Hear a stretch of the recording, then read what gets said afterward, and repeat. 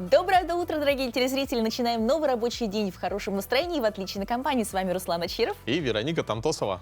Как всегда, сегодня расскажем последние новости, поделимся полезными семейными советами. У нас рубрики для каждого члена семьи. Выберем отличную книгу на выходные, познакомимся с замечательными гостями, которые расскажут нам много полезной информации. Перенесемся в северную столицу, поговорим о братьях наших меньших. В общем, это все и еще много-много всего. Кстати, можно посмотреть в телеграм-канале. Да, телеграм-канал «Утро Якутии». Прямо сейчас вы можете с помощью QR-кода подписаться. И, конечно же, там всегда вы можете найти интересные сюжеты, интересные новости. Ну и, конечно же, иногда мы дарим подарки нашим подписчикам. Ну а сейчас, я думаю, самое время, по традиции, мы начинаем утро с погоды за окном. Итак, в центральных районах сегодня минус 30, минус 34, в заречной группе 30-42 градуса холода, в южных 20-22 ниже 0. В Вилюйской группе минус 32, минус 37, в Нижнеленских 30-38 ниже 0, в западных минус 17, минус 31. В Колымо-Интегирской группе улусов сегодня 23-31 градуса знаком минус, в Янских минус 40, минус 42. На северо-западе 26-44 ниже 0. Температура воздуха в 6 часов утра в столице составила минус 33 градуса. Атмосферное давление 753 миллиметра ртутного столба.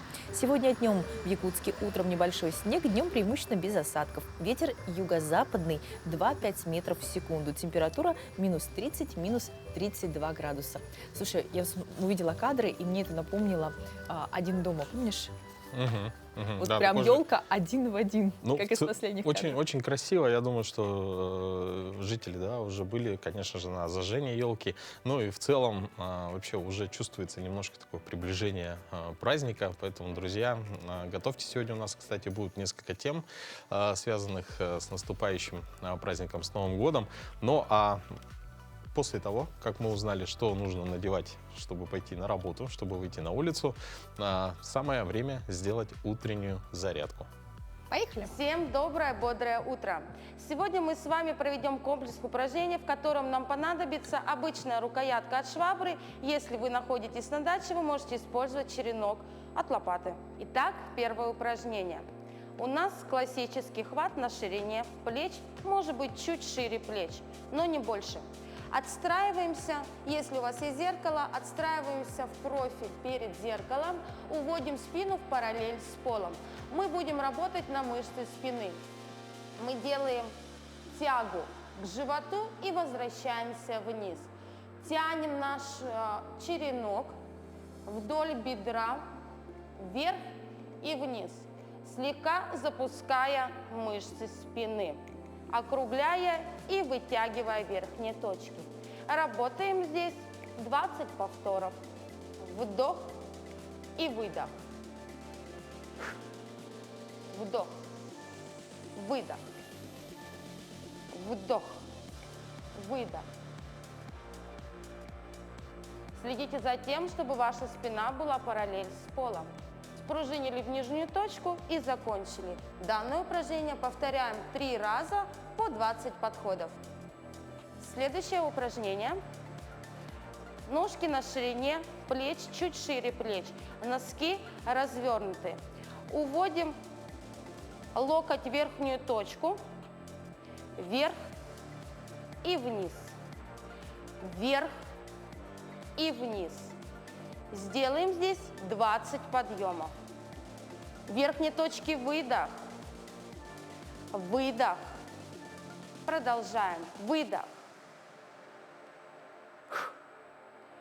Фиксируемся в верхней точке на некоторое время.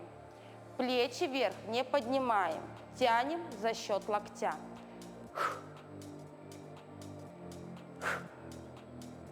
Закончили. Данное упражнение повторяем 20 раз в 3 подхода.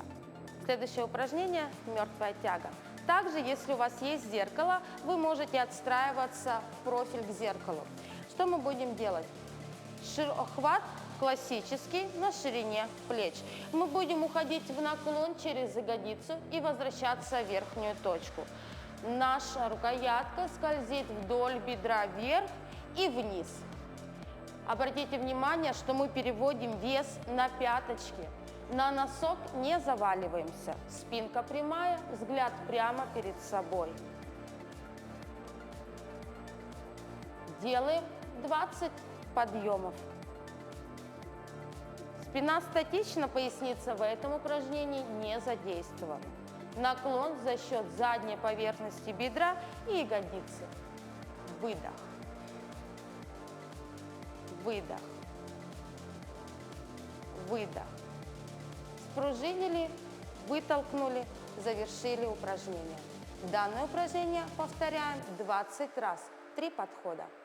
На этом комплекс с рукояткой от швабры подошел к концу. Я всем желаю хорошего и продуктивного дня. Я думаю, что все взбодрились, такая отличная тренировка. Ну и правда, если нет возможности сходить в зал, функционал, чтобы взял, ну, швабра точно дома где-нибудь найдется, ну или что-нибудь похожее. Да, ну бывает так, что человек очень много работает, и вот единственное, когда можно позаниматься спортом, это наш утренний эфир. Ну и, конечно, самое главное, это можно еще узнать самые актуальные новости к этому часу.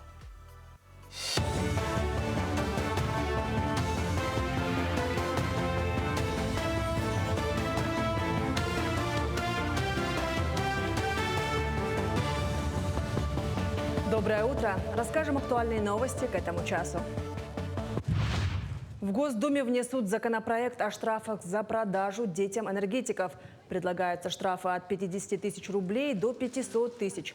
26 ноября Госдумой был принят закон, запрещающий продажу несовершеннолетним потенциально опасных газосодержащих товаров. Теперь же депутаты работают над законопроектом об ответственности за нарушение этих новых норм. Специалисты Роспотребнадзора Якутии фиксируют сезонный рост заболеваемости ОРВИ и гриппа в регионе. При этом показатель интенсивности эпидемического процесса пока не требует организации ограничительных мероприятий, отмечают в ведомстве. Иными словами, ввод карантина в школах и детских садах не планируется. Тем не менее, перед новогодними праздниками эксперты рекомендуют не терять бдительность и соблюдать все меры предосторожности, в том числе ношение масок в местах скопления людей. Сейчас все идут за подарками, значит, проходят корпоративы, какие-то встречи там и так далее. Все перед Новым годом стараются общаться и радовать друг друга. Поэтому, если вы посещаете места массового скопления людей, пользуйтесь, пожалуйста, масками, мойте руки после посещения этих мест и вообще общественного транспорта. Используйте антисептики, чтобы они у вас постоянно были под рукой. В селе Хампа в здании врачебной амбулатории был торжественно открыт филиал первичного сосудистого отделения Вилюйской ЦРБ имени Петрова. Здесь предусмотрены 4 койки для реабилитации больных в постинсультном состоянии, ветеранов и участников СВО, а также в амбулатории 2 терапевтические койки. Медучреждение предполагает комплексную реабилитацию, в котором программа восстановления составляется индивидуально. Лечащий врач, учитывая тяжесть состояния больного, подбирает методики, благодаря которым можно восстановить утраченные функции. Восстановительный филиал восстановительного отделения при Хампинской больнице в 2019 году, к сожалению, она подпала под оптимизацию, но при этом мы, введя в новые национальные проекты по оснащению первичных сосудистых отделений, мы имеем возможность здесь сегодня открыть реабилитационное и восстановительное отделение для больных, которые связаны с инсультами, с инфарктами. Будем работать еще с нашими бойцами СВО, будем работать над общим восстановлением наших больных, которые попадают под данные программы. В Якутске на пересечении улиц Кирова и Орджоникидзе планируют построить сквер геологов. Также планируется создать геологический музей. Проекты будут финансироваться из внебюджетных источников. Оба проекта находятся на разной стадии подготовки.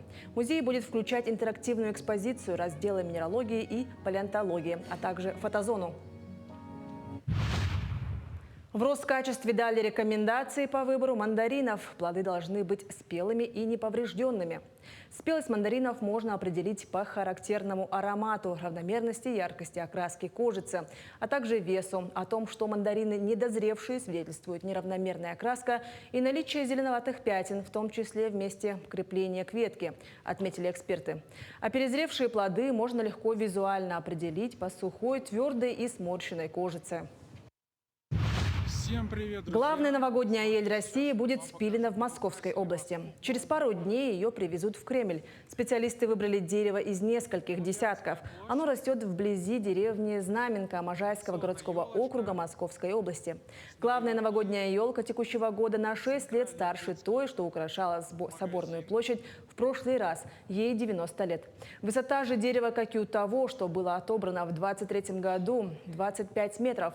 Планируется, что специальный автопоезд доставит ель в Кремль в полночь 12 декабря. Живую ель на Соборной площади устанавливают с 1996 года.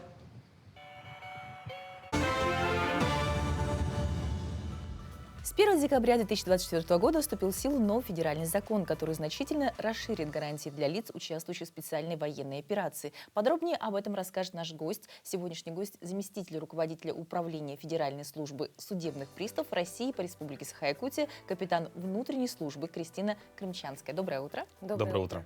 Кристина, расскажите, какие возможности появились у военнослужащих с 1 декабря этого года? С 1 декабря 2024 года у должников, имеющих неисполненные кредитные обязательства, решения суда о взыскании денежных средств, по которым вступили в законную силу до 1 декабря 2024 года, при заключении контракта о прохождении военной службы в Вооруженных силах Российской Федерации сроком на 1 год и более, появилось право прекратить исполнительные производства. В данном случае меры принудительного исполнения отменяются и исполнительные производства прекращаются. А какую сумму задолженности можно списать? До 10 миллионов рублей. До 10. А если в такой случай, что кредитная задолженность выше этой суммы? В случае, если задолженность превышает 10 миллионов рублей, судебный пристав-исполнитель производит уменьшение суммы задолженности, о чем выносит соответствующее постановление. Например, при сумме долга, равной 11 миллионов рублей, с учетом снижения, в исполнении останется остаток долга в размере 1 миллион рублей. В случае, если на исполнении находится несколько исполнительных производств, совокупная сумма взыскания по которым превышает 10 миллионов рублей, исполнительные производства в рамках указанной суммы подлежат прекращению, остальные в исполнении. А это получается, если это сводное исполнительное производство, то есть Совокупная сумма по этим исполнительным производствам на сумму 10 миллионов рублей, конкретные исполнительные производства подлежат прекращению. Все сверх иные исполнительные производства, превышающие эту сумму, остаются в исполнении. Здорово, такая поддержка. А могут ли воспользоваться члены семьи, например? Супруга, в данном случае имеющая кредитную задолженность, супруга военнослужащего также имеет право обратиться в службу для прекращения исполнительных производств. Ну вот, если взять конкретную ситуацию, например, должник заключил контракт с 1 декабря 2024 года на 1 год. При этом у него имеются задолженности в службе судебных приставов, и какие вот его дальнейшие действия? В данном случае непосредственно сам должник, заключивший контракт на прохождение службы в Вооруженных силах Российской Федерации, либо супруга военнослужащего, имеющая кредитную задолженность, должны обратиться к нам с письменным заявлением о прекращении исполнительного производства. Подать его можно любым удобным способом. Можно обратиться через аппарат управления Федеральной службы судебных приставов на Лермонтова, 25. Обратиться можно также в структурные подразделения, в которых ведутся непосредственно исполнительные производства. Заявление также можно подать через пункт отбора на военную службу по контракту, либо дистанционно через интернет-приемную службу судебных приставов, либо через личный кабинет портала госуслуг. Ну, получается, достаточно удобный способ, то есть удаленно, спокойно можно обратиться. Да, можно. А вот какие документы и в каком виде нужно приложить?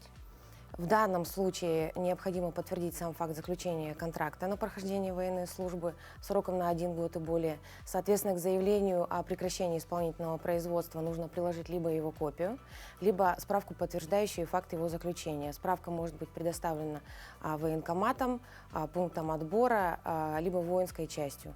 В случае, если с заявлением о прекращении исполнительного производства обращается супруга военнослужащего, к вышеперечисленным документам необходимо предоставить копию свидетельства о заключении брака. Ну, в принципе, все понятные документы. Да. А какие-то документы, подтверждающие, допустим, сумму задолженности на данный момент, уже есть Нет, в службе да, судебных все приставов? остальное есть у судебного пристава-исполнителя. Да. Ну, то есть, в общем, только заявление и непосредственно подтверждение прохождения службы. Да.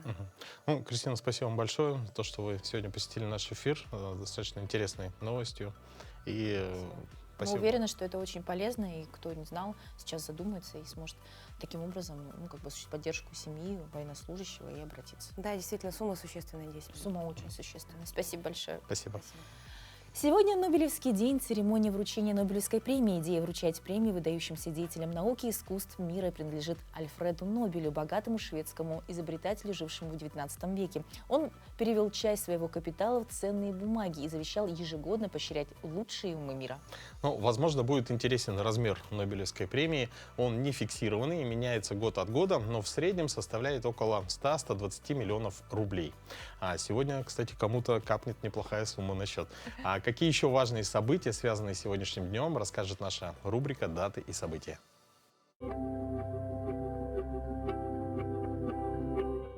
На календаре 10 декабря. День прав человека. Международный день прав животных. По народному календарю – знамение. От знамения на Руси всегда ждали чего-то особенного. Надеялись увидеть знаки, указывающие на судьбу, или хотя бы приметы на погоду. Люди внимательно смотрели в звездное небо, присматривались к полету птиц и поведению зверей, следили за облаками, слушали ветер. Говорили также, что если на рассвете этого праздника встать лицом к северному ветру, то он унесет все беды и печали. Этот день в истории. 1698 год. Петром I учреждена первая и высшая награда России – Императорский орден Святого Апостола Андрея Первозванного. 1866. Федор Тютчев написал стихотворение «Умом Россию не понять». 1901. Состоялась первая церемония вручения Нобелевских премий. 1948. Организация Объединенных Наций приняла Всеобщую декларацию прав человека. 1987. Иосифу Бродскому присудили Нобелевскую премию по литературе. В этот день родились Августа Ада Кинг, английская графиня, математик, первая женщина-программист. Николай Некрасов, русский поэт, писатель и публицист. Нелли Закс, немецкая поэтесса, нобелевский лауреат. Михаил Румянцев, советский артист цирка, клоун, актер, народный артист СССР. Анатолий Тарасов, советский хоккейный и футбольный тренер, заслуженный мастер спорта СССР. Василий Федоров, автор рассказов, вошедших в учебники и хрестоматии якутского языка, член Союза журналистов России, лауреат Республиканской журналистской премии «Золотое перо», почетный гражданин Мегино-Кангаласского улуса. Именины сегодня отмечают Алексей, Андрей, Борис, Василий, Владимир, Всеволод, Гавриил, Дмитрий, Иван, Николай, Роман, Сергей, Федор, Фёкла и Яков. Как уже было сказано, сегодня празднуется Международный день прав животных. Всеобщая декларация прав животных была представлена Международной лигой прав животных 23 сентября 1977 года в Лондоне, а 15 октября 1978 года торжественно провозглашена в Париже в здании ЮНЕСКО. Декларация состоит из 10 статей, в которых говорится не только о том, что каждое живое существо имеет право на уважение и жизнь без страданий, но и об ответственности, которую мы несем за других обитателей планеты. Отношение к нашим братьям, будь то животные в дикой природе или домашние животные, должно быть основано на любви, сострадании и ответственности. О том, как правильно ухаживать за домашними питомцами, расскажем далее. Когда у человека впервые появились домашние животные, точно не знает никто. Но известно, что они были даже у первобытных людей. Сегодня питомцы есть почти в каждой семье. Но не все люди, прежде чем завести питомца, задумываются о том, что животные приносят в дом не только счастье и уют, но и дополнительную ответственность. И если ребенок в 2 года уже начинает высказывать свои желания родителям, то питомцы сделать этого не могут. И вся жизнь вашего четвероногого друга напрямую зависит только от вас. Многие пытаются приобрести животное, даже не понимая, к чему это ведет. Я бы хотела донести до каждого, что животное – это не игрушка. С животным нужно подходить очень серьезно, так же, как к рождению детей. Многие берут животных, не понимая, не осознавая этого, и в итоге животное оказывается на улице в лучшем случае. Ответственный подход начинается со сдачи теста на аллергию. Если вы задумываетесь завести питомца, то этот шаг нельзя упускать, даже если ранее вы не замечали у себя признаков аллергии на животных.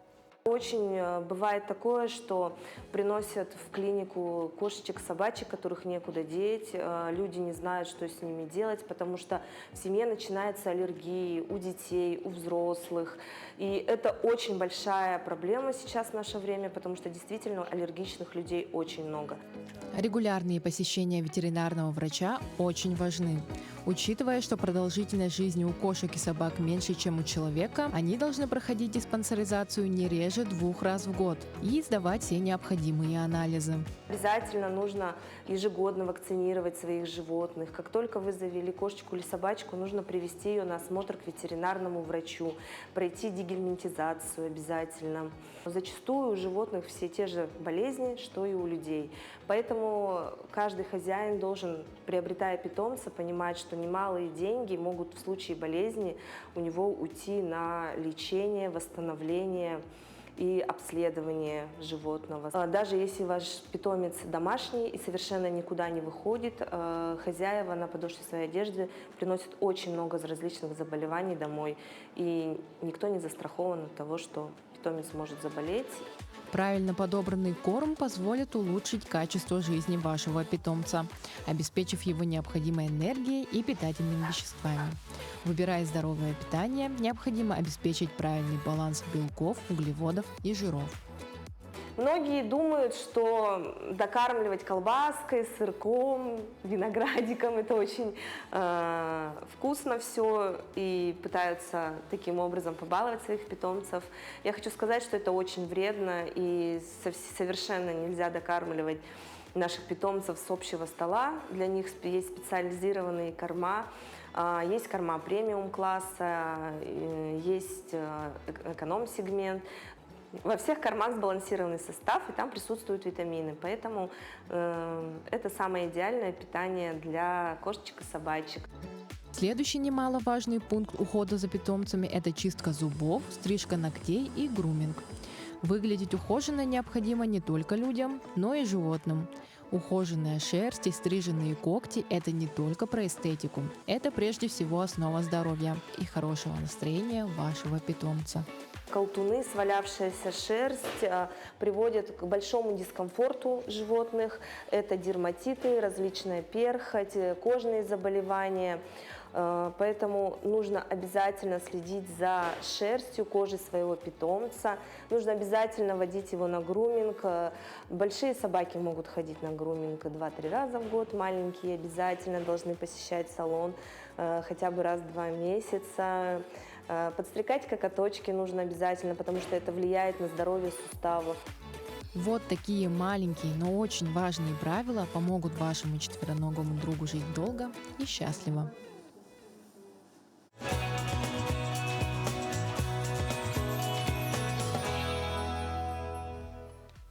О том, что пенсионерам положена компенсация расходов на проезд к месту отдыха и обратно, знают многие. Но не все осведомлены об особенностях данного права. Несмотря на то, что год уже близится к концу, у пенсионеров все еще есть шанс воспользоваться компенсацией расходов на проезд и поехать отдохнуть.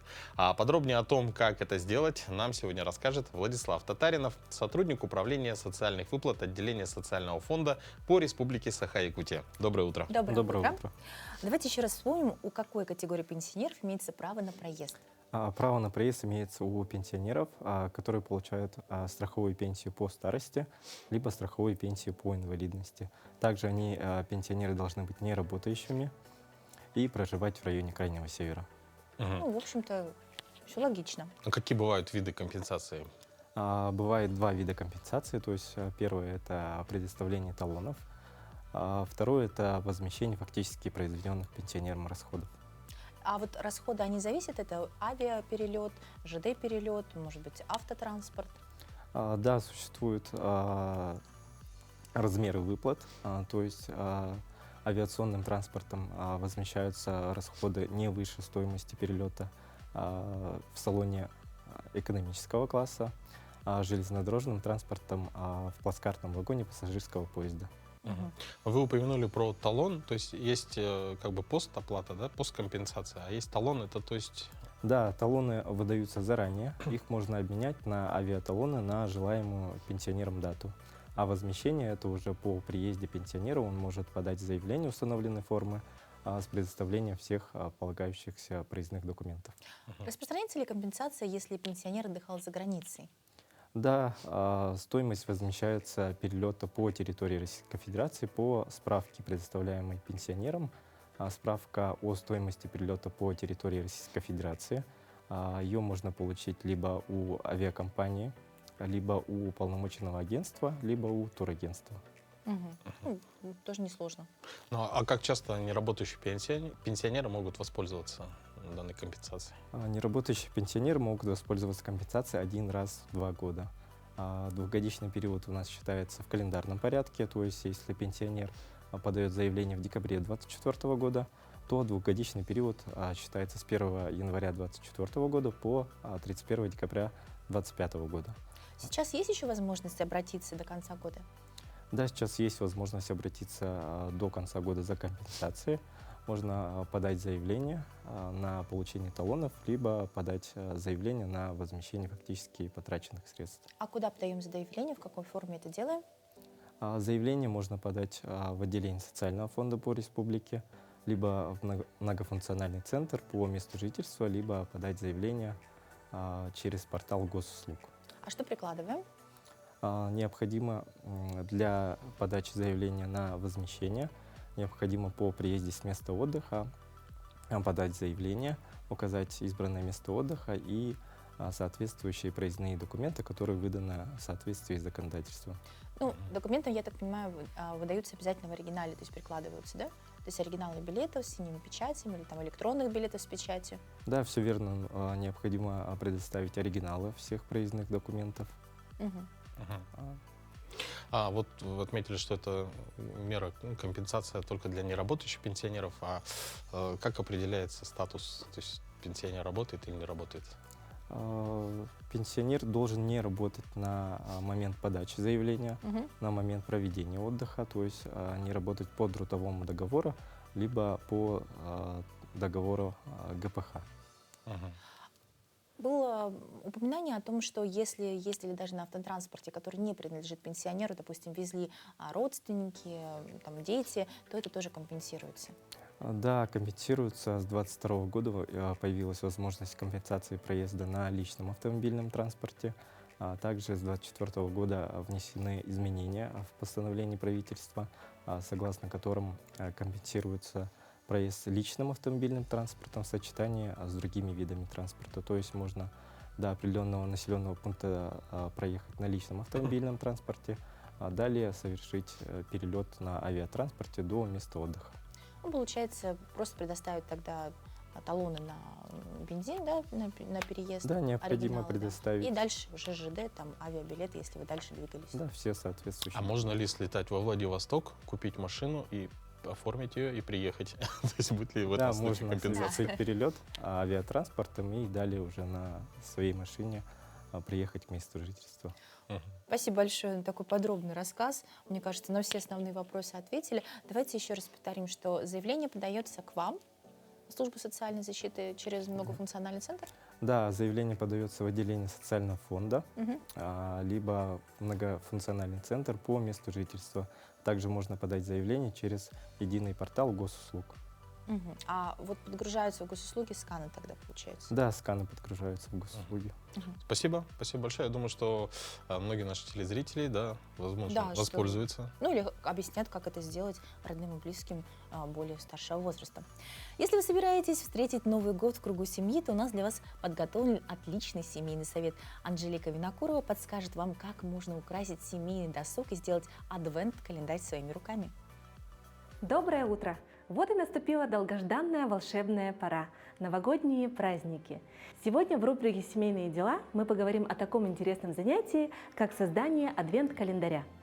Вариаций адвент-календаря может быть очень много, на любую фантазию. Я решила сделать такой вот интересный в форме елочки. Основа нашего адвент-календаря – это обычный картон. Я вырезала из коробки простой, такой вот в форме елочки. Она может быть любой, то есть можно звездочку, можно шарик, все что угодно на ваше усмотрение. Основа любого адвент-календаря – это ячейки, в которые мы складываем различные задания. В качестве ячеек я выбрала стаканчики, обычные бумажные стаканчики. И сейчас наша задача прикрепить их к основе.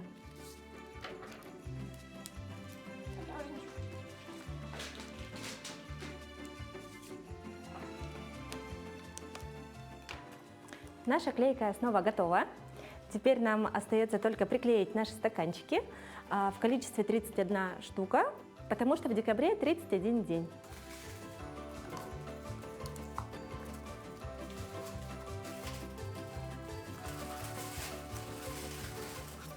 Для того, чтобы укрепить основу нашей конструкции, можно с помощью клейкой ленты, с помощью малярного скотча укрепить эту конструкцию.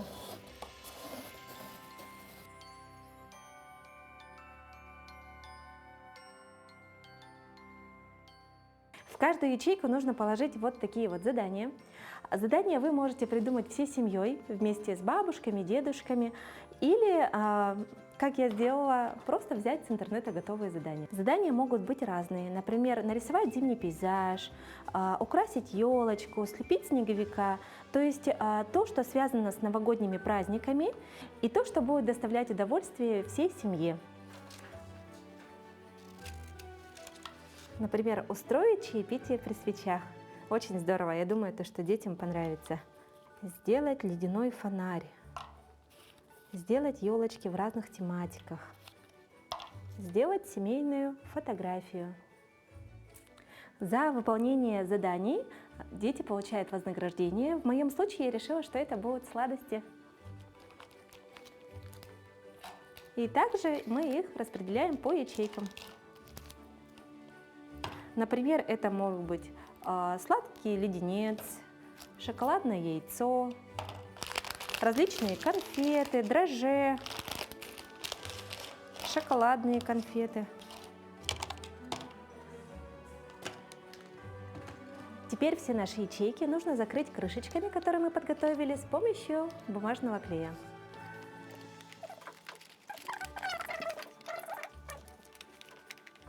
Обязательное условие – это наши ячейки, они должны быть пронумерованы, чтобы дети каждый день открывали по одной ячейке. Легко открывать.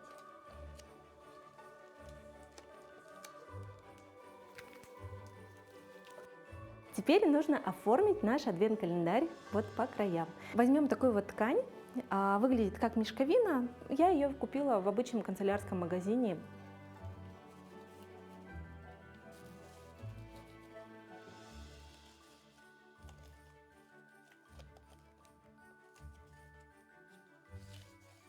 Адвент-календарь – это не только приятное развлечение для ребенка.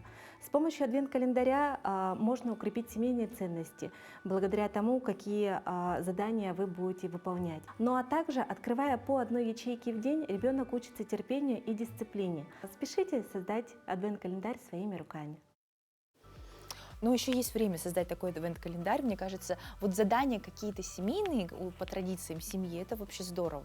Мы вот каждый год ходим в театр перед Новым годом, а что мы еще? Фотографируемся непременно. А у тебя какие традиции? Да я вот посмотрел на елочку, и вот действительно в конце сказали слова про терпение, да, то, что это учит ребенка. Я вот подумал, что если бы я был маленький, и такой елочка была бы у меня, ну, такой адвент-календарь, я бы, наверное, уже вскрыл все сладости, съел бы.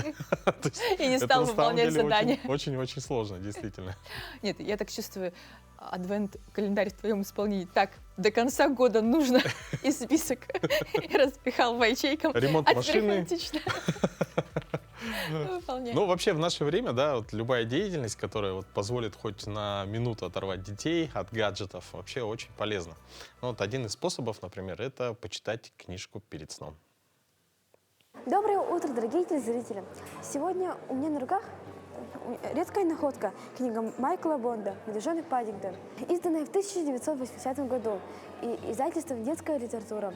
Первая книга Паддингтона вышла в 1958 году и сразу завоевала сердца всех читателей со всего мира. История начинается с того, что мистер Браун находит маленького медвежонка на станции Паддингтон, и их дети Джуди и Джонатан становятся самыми близкими друзьями Паддингтона. История о маленьком медвежонке учит доброте и дружбе и терпению, и подходит идеально для всей семьи, для чтения вслух. И каждый найдет что-то свое. Всем советую прочитать эту чудесную книгу. Мне вообще нравится, когда, знаешь, есть книга, есть фильм, особенно для детей. Сначала такой, посмотрим фильм, посмотрели, ну, вынесли основные события, а давай теперь почитаем книгу и посмотрим, насколько книга похожа на фильм. Ну, Ну, или это уже, конечно, наоборот, да? более старший возраст. Ну, нет, наоборот, неинтересно, потому что когда ты читаешь книгу, она же более насыщенная, подробная, у ребенка такая фантазия, и фильм уже смотреть, ну, как правило, скучно и неинтересно, да. А вот сначала посмотреть фильм, такой, ой, какой классный фильм. Я такая, ах, давайте почитаем книгу. И так мы заставляла ребенка читать. Мне кажется, очень эффективный Ну, способ. действительно, да. Хороший способ, я думаю, что можно воспользоваться. Но в целом, вообще, вот когда ты, ну, это я помню свое безгаджетовое детство, да, то есть, когда книжку тебе читает мама, да, то есть, это вообще, то есть, как-то даже... Нет, ну там же и ты воспринимаешь это как бы голос мамы, во-первых, внимание, заботы, еще и что-нибудь интересное рассказывать. Так, А потом вообще. еще и на ковер посмотришь перед сном, так вообще. Путешествие по ковру, помнишь? Да, По да. узорам. Да, это наше уже детство вспоминали. Ну, а вообще подросшим школьникам не почитаешь книжку перед сном, у них есть свои более важные, серьезные дела. Например, школьное бюджетирование. Ну, для меня это звучит как-то жутковато, потому что школьное бюджетирование, потому что ребенок в школе уже и бюджет. Ну, а расскажет нам подробнее, что же такое специальный корреспондент Альберт Миронов. Планирование, разработка, реализация бюджета. Да и в целом, что такое бюджет? Сегодняшние современные школьники знают не понаслышке. А благодаря проекту «Школьное инициативное бюджетирование» у ребят есть возможность разработать, представить свой проект, защитить его и воплотить план в реальности. А проекты у всех самые разные. Кто-то хочет организовать в своей школе студию звукозаписи, кто-то студию виртуальной реальности, а кто-то представляет проект благоустройства школьного двора. В фестивале принимают участие 10 городских и 5 областных школ. Среди них и Покровская средняя школа номер 3, которая представила свой проект Центра школьных инициатив. А именно ученики Покровской школы презентовали Центр детских инициатив, который назвали «Страна единства». Какие у вас направления? У нас все 12 направлений, но чаще всего мы ориентируемся на туризме, музыка, пение, танцы и так далее. Вот, мероприятия проводим для нашей школы. Еще что, экологией часто занимаемся. Вот, берег очистили недавно. Вот еще что. Еще озеленением, и благотворительностью тоже занимаемся. На фестивале были представлены множество интересных проектов от школ Якутска, Житая, Нерюнгри, Мирного, Покровска и села Орлах Чурапчинского района. Вот, к примеру, Хатасская школа разработала проект «Национальная одежда». У нас 4 проекта, и один проект у нас очень много детей занимается в детском творчестве, и мы один проект шили национальные костюмы. Якутская традиционная одежда для гардеробной нашей школы. Мы реализуем этот проект для того, чтобы выступать на всяких разных мероприятиях, ну и выступать на конкурсах. Кстати, именно этот проект стал победителем в номинации «За развитие творческого потенциала». А Покровская средняя школа номер 3 забрала победу в номинации «Лучший инфраструктурный проект». Теперь, благодаря инициативным ученикам и их идеям, школы получат деньги на реализацию проектов победителей. Альберт Миронов, Григорий Охлопков, Якутск.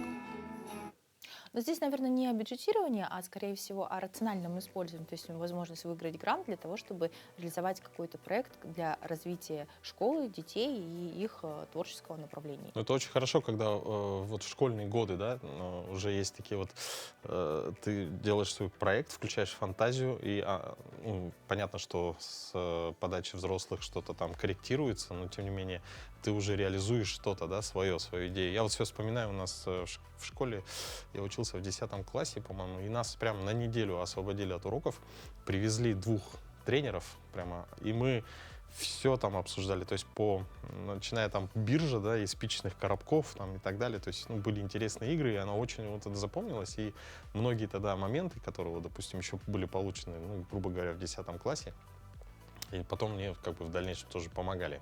Нет, проектная деятельность вообще здорово. Направление проектной деятельности в современной школе развивается огромными масштабами. То есть уже если раньше мы говорили о том, что это научная проектная деятельность, только научная, то есть ребенок научно обсуждает, да, реализует потом, то теперь это уже, видишь, и грантовая система. можно не просто обсудить и реализацию проекта, предложить, да, и выиграть, и потом, чтобы взрослые реализовали, а уже от идеи до полного стартапа. Да.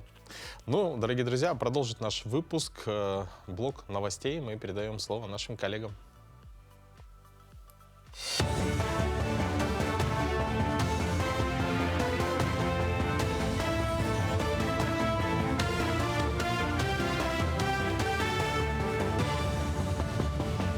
Мы продолжим рассказывать о самых заметных событиях этого утра.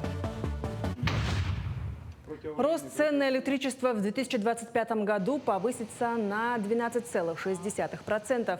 Это произойдет с 1 июля. По распоряжению правительства темпы роста будут отличаться в зависимости от региона. Меньше всего электричество подорожает в Амурской области, Республике Алтай и Ханты-Мансийском автономном округе. Наиболее значимый рост ждет Пермский край, Кемеровскую область, Республику Северная Осетия, Алания. В Якутском колледже связи и энергетики имени Дудкина продолжается обучение по подготовке специалистов по беспилотным летательным аппаратам. Центр планирует обучить более 1000 человек в период с 23 по 25 год. Для этого же в колледже оборудовали 2 новых учебных кабинета с высокотехнологичным оборудованием, приобретенным в рамках федеральных проектов стимулирования спроса на отечественные беспилотные авиационные системы и кадры для беспилотных авиационных систем. В этом году 18 образовательных учреждений Якутии получили такое же оснащение. Преподаватели прошли обучение на всероссийских семинарах, а студенты активно участвуют в соревнованиях различного уровня. Новый национальный проект в этом году реализуется на территории Республики Саха-Якутия. Да? В нем у нас участвует 17 школ и 1 колледж связи. Цели и задачи нового национального проекта – это обучить новым компетенциям программирования, пилотирования беспилотных авиационных систем в целом. Да? И ребята, которые обучились именно компетенциям управления беспилотным летательным аппаратом, да, они могут участвовать, проявить себя в различных мероприятиях республиканского уровня, да, и федерального уровня. Настоящий праздник национального творчества прошел в столице Южной Якутии. Завораживающие постановки, талантливые люди, яркие костюмы – все это смогли оценить нерюнгринцы на юбилейном фестивале-конкурсе героического народного эпоса «Сквозь века». Неизменная цель фестиваля – сохранение уникальной национальной культуры и ее трансляция публике. Но, кроме того, в этот раз конкурс можно считать очередным этапом подготовки к предстоящему СТ Холландхо-2025, который пройдет в Нерюнгринском районе. Второй год уже мы привлекаем сюда национальные общины Нерюнгринского отделения Ассамблеи народов. И в этом году у нас участвовало 5 национальных общин. И мы на большую такую аудиторию показали кыргызский манас, таджикский шахнаме, бурятский ГСР, ну и, конечно же, наша якутская аламхо. И каждый год у нас расширяется количество участников, расширяется география. Если вот в прошлом году мы берем, вот где-то было у нас 45 участников, а в этом году уже 185 человек. И это уже еще раз доказывает, насколько это стало популярно, насколько это стало интересно нашему населению. 80 лет назад был основан детский интернат в местности Борвна в Мытахском наследии Горного района. Краеведами и работниками Мытахской библиотеки вышла книга «Борди дома киги бол будкых и быт» о рабочей жизни тех детей, которые остались сиротами во время Второй мировой войны. Рассказы и воспоминания воспитанника того самого детдома Савы Алексеева. Автору проекта, библиотекарю Снежане Чемизовой, в сборе материалов огромную работу и поддержку оказали заслуженный работник образования РСФСР Мария Кириллина и член Союза журналистов России Василий Алексеев. На презентации книги собрались дети, внуки воспитанников детдома. И в течение всей своей жизни, вот сколько я себя помню, с малых лет, папа всегда рассказывал о том, как он учился, жил в детском доме. Он никогда этого не стеснялся. Он гордился, что он вырос в детском доме. Что вот он рабочий человек, который стал человеком благодаря тому, что государство поддерживало детей-сирот войны и собрали их всех в детском доме в то непростое время. На этом я с вами прощаюсь. Хорошего дня и до встречи в эфире. Зима в Петербурге – это время долгих прогулок, горячего чая и, конечно, катков под открытым небом. Несмотря на снегопад, сменяющийся слякотью, желающих прокатиться по льду не становится меньше. В эту субботу на берегу Финского залива в Санкт-Петербурге открылся самый большой в мире каток.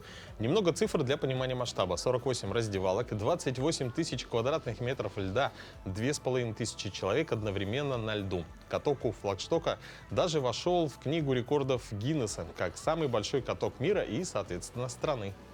Ледовые поля и дорожки расположены вдоль берега. Их, как говорят, создатели постарались вписать в ландшафт. Хотя еще недавно берег Крестовского в этом месте был просто строительной свалкой. Кроме огромной площади, на катке сделаны разные зоны. Зона для детей, аллея с фонариками, которая сильно напоминает Никольскую улицу в Москве, фудтраки прямо на льду, теплые сферы и домики, скамейки с подогревом и фотозоны. Но без всяких сомнений каток, выдающийся по всем параметрам. И по размеру, и по удобству, и по атмосфере. Вид на Финский залив, сверкающие украшения, телевизор с мультиками, еженедельные дискотеки. Пожалуй, это место может стать самым новогодним и нарядным во всем Петербурге.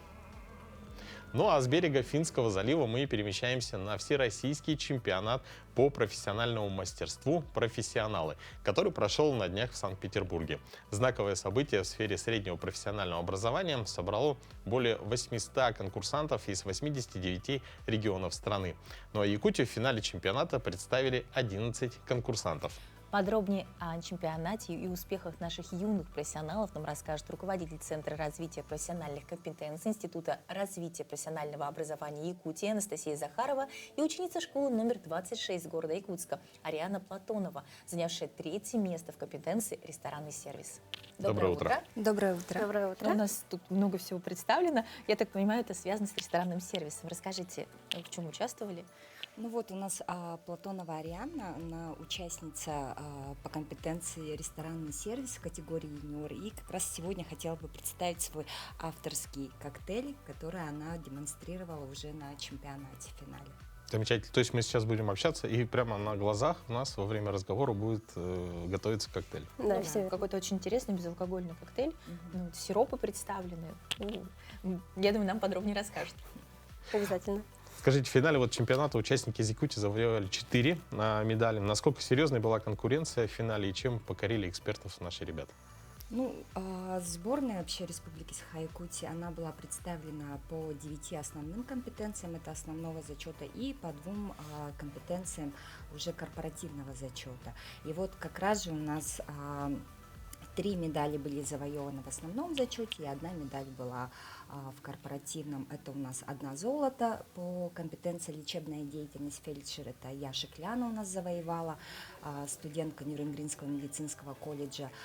Также 2 бронзовые медали. Это у нас как раз Ариана Платонова в категории юниор и ресторанный сервис, и Багнанов Нюргун по компетенции сборка корпусов металлических судов, студент Житайского техникума. И в корпоративном зачете это у нас бронзовая медаль, тоже по компетенции лечебная деятельность Кабышев Ян. Ну, здорово, такая различные компетенции в различных сферах получается. Ну, и я понимаю, что вы у нас единственная ученица именно. Все остальные чуть постарше. Ариана, ты стала бронзовым призером в компетенции ресторанный сервис. Расскажи о своей подготовке, как это было сложно, несложно, что было особенно интересно и какое конкурсное задание ты выполняла. Я готовилась к чемпионату более 3 лет, и я хочу благодарность сказать Якутскому технологическому техникуму сервиса Готовцева. И я хочу поблагодарить, так как они меня поддерживали, объясняли, что да как. И это было очень волнительно. Выполняла я много конкурсных заданий, было всего 3, но они были сложные. И так как официант должен уметь и готовить напитки, и готовить саму еду, официант должен быть и поваром, и барменом одновременно. То есть такой многофункциональный. Ну вот, а если поподробнее о твоем авторском коктейле, есть ли у него название? Да, есть. Это называется Амаджиня. Я взяла название на якутском языке, потому что хотела представить Республику Саха-Якутия. И оно... Ну, у нее какие составляющие? То есть это амгинская клубника, да, да, получается? Земляника. Земляника. Ага. И оно представляет, как бы сказать, мои воспоминания о том, как я ездила на реку Амгу. И это напоминает о том, как я проводила время с семьей. Здорово. Ну, нам уже не терпится. Это он долго делается или? Нет, примерно 2 минуты и все. У нас как раз, давай, можешь Да. начать? Да? Давайте рассказывать. Это Просто, твоя первая часть? чтобы все успеть. Это твое первое участие в чемпионате и сразу такой высокий результат. Ну, не то, что вы сказала, но я очень сильно готовилась, и я участвовала в разных муниципальных и региональных этапах и так далее. И Ну, то есть, получается, Да. то есть на таком уровне впервые, а получается, до этого были подготовительные этапы, которые... Да, ага. Ну и также у нас, получается, перед началом финала Ариана у нас летала в Москву на учебно-тренировочные сборы, где она уже готовилась у менеджера компетенции ресторанный сервис, и уже там на базе Московского колледжа она готовилась к выступлению в финале. А что входит в состав коктейля? То есть я вижу, что есть сиропы, да, которые знакомы тем людям, кто берет кофе, да, допустим. Так, в составе у нас идет сироп гренадина, то есть это вроде как грейпфрута, и розового грейпфрута. Вот еще в эти дни проходят в Якутии соревнования муниципального этапа чемпионата профессионалы. Вот какие наставления вы можете дать участникам? Ну, участникам, конечно, это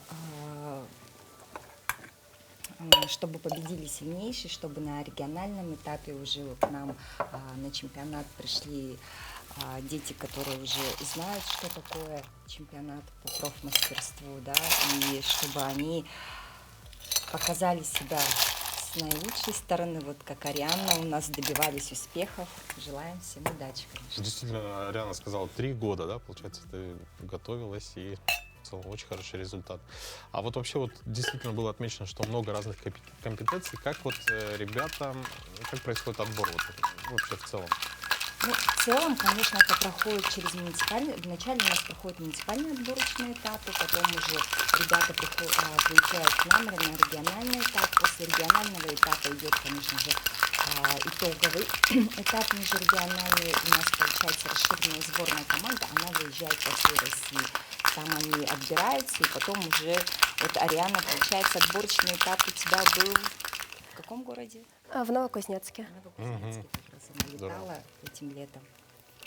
И в 5 лучших вошла и вышла в финал. Что самое главное для того, чтобы стать победителем? То есть, ну, понятно, упорство, да, очень такая скрупулезная подготовка. Но как выбрать область, которая сейчас наиболее, допустим, актуальна? Ну вот, скорее всего, это все-таки для школьников, мне кажется, это ранняя профориентация, да, где они пробуют себя в разных компетенциях, допустим, и когда ребенок определяется с той или иной компетенцией, он уже дальше идет по своему направлению, которое ему больше интересно, да, он уже начинает целеустремленно готовиться к этому и вот выступает на финалах. Это для него как, для нас это уже как бы результат такой, да, и для него это уже то направление, которым он хочет заниматься. Ну, получается, это еще и уникальная возможность попробовать свои силы в будущей профессии. Да, конечно. Здорово. Тем Какие временем... преимущества у победителей? Преимущество, конечно, победителя это для студентов это трудоустройство, потом плюс еще, если они на финале выигрывают, они получают от правительства Российской Федерации поощрение. И, конечно, для школьников это прохождение стажировок, да, на лучших базах Российской Федерации, ну и, конечно же, тоже поощрение. В любом случае, это огромный плюс, то есть это, представляете, федеральный конкурс, да, федеральный чемпионат, и сейчас... Вот вообще надо посмотреть не только на то, что, ну, как бы, мы даже еще вкусовые, как бы, качества не попробовали, но, тем не менее, украшение самого, да, подача тоже, наверное, много, да, играет большую роль. То есть вот то, что мы сейчас видим, таки было представлено на чемпионате. Да. Тоже так вот, так же Да, так же все и было.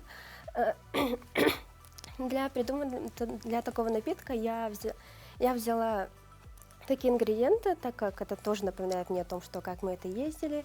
И я все время думала о своей родине, Республике Саха-Якутия. И я пришла к такому напитку. Хотите попробовать? Конечно, конечно, да. Так, можно попробовать, давайте сейчас. Хорошо. Спасибо большое. Мне кажется, цвет уже потрясающий. Слушай, действительно, как и земляника, да, и вот само по себе украшение вот такое очень аутентично. То есть здесь у нас 2 сиропа, да, я вижу. Это что такое? Это у нас сок лимона. Сок лимона, ага, клубника и... Так, розовый грейпфрут и гренадин. Мгм, так, давайте попробуем. Очень вкусно. То, что надо, да? То Да, есть и самое главное, не так сладко, да. очень бодрящий и очень такой вкус, прям, мне кажется, утренний. Прям очень утренний. Нотки земляники, я чувствую. Супер. Большое вам спасибо. Очень во-первых, поздравляем. Поздравляем, безусловно, вас, это да. огромное достижение, тем более, что 3 года подготовки, заслуженный результат. Всех ребят также поздравляем, кто занял места, вообще кто участвовал. И поэтому призываем наших телезрителей тоже принимать участие в конкурсах. Ну и, конечно же, смотреть наши выпуски «Утро Якутии». Каждое утро мы рассказываем про интересных гостей, интересные новости. И мотивируем не только на новый день, но и на новые достижения. До новых встреч! Пока!